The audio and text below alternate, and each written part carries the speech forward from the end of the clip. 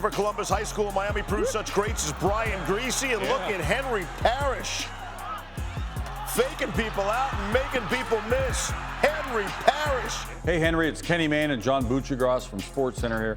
It's an honor to be able to formally welcome you into the SportsCenter Top 10 Club. Today we commemorate you and your electric touchdown run in appropriate fashion with a very electric neon sign.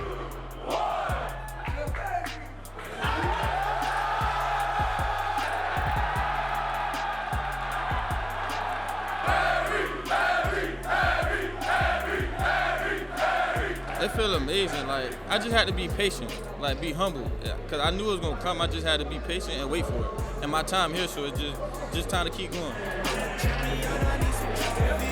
I just want to say thank you, and I appreciate you guys for having me on y'all show.